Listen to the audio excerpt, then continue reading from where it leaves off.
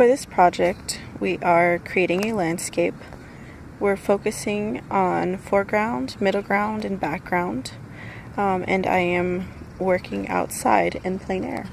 So this is our subject. In the foreground, we have these 4 trees all in a row, and then behind that, although it's a little hard to see, there are 3 trees that are a little bit closer, so that's going to be our middle ground. And then if you look really closely, there's even more trees just continuously in the background. So we are trying to build up our layers to show that foreground, middle ground, and background in our work. So I'm just going to start by adding some detail. So I have a wash going on here for my sky, for all the green that is in my trees, in the leaves, and then in the grass for the ground here. So I just want to start by going in and actually adding some more detail. So I have a brown wash here, but looking closer at my tree, there is actually lots of like gray tones, and then there is some green for the mossiness. So I'm gonna go in and I'm also just kind of creating some texture here because there's lots of texture in the trees. So when you look at it, upon closer inspection, you can start to see all that nice texture that really makes things come to life. So I'm working a little drier with my paint here, but it's just to kind of create some texture, and then I'll keep building up from there.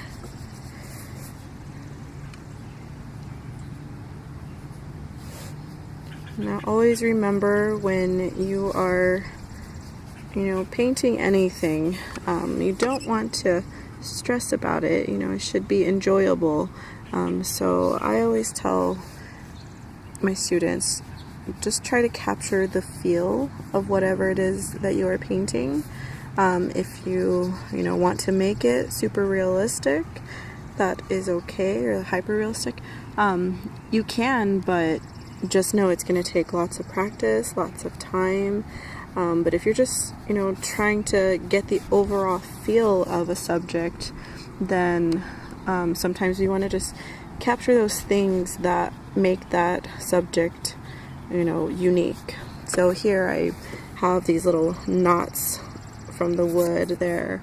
I'm gonna also go in and add a little bit of the green mossiness that's on the tree, and so that's what's making it different and setting it apart from all the other trees that are out here, and of course the shape as well.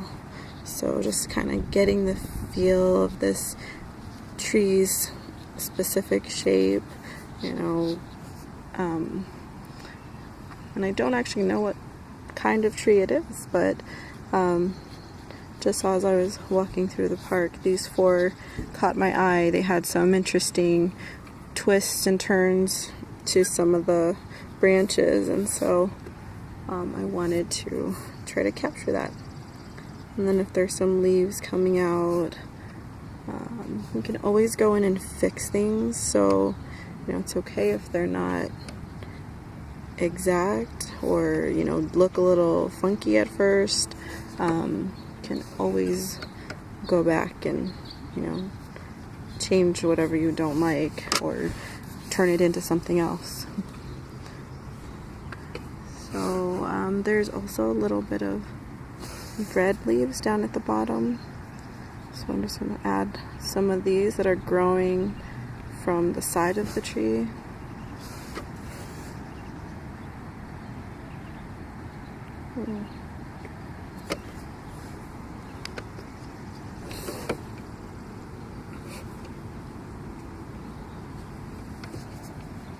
And you can always, I have a little too much water here, so you can kind of see I didn't want too thick of a line, so I'm just going to blot that out. And I'm actually going to wait to do some of those details later. So I'm going to keep going with my other trees. This next one, and same thing, it has some really nice texture in here with these grays and greens mixed together. There's a really cool knot looking thing right there, and up here there's actually two of them. So I'm just trying to get those details in here.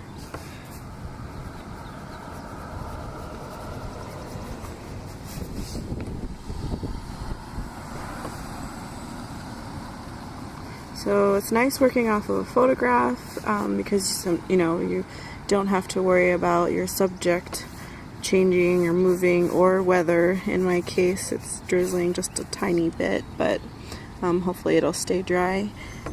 But when you're working outside, you do get some of that nice detail from being up close and out in the open with your subject versus trying to squint and see what is happening in the photograph. So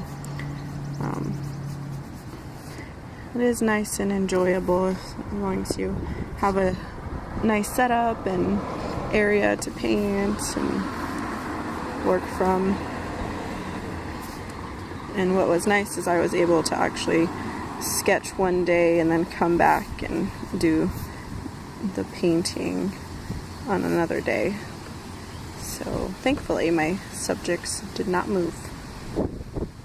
Alright, so I'm going to just continue on here and we will check back and see what the finished product looks like once I go back and add some more details, some more layers, and we'll go from there.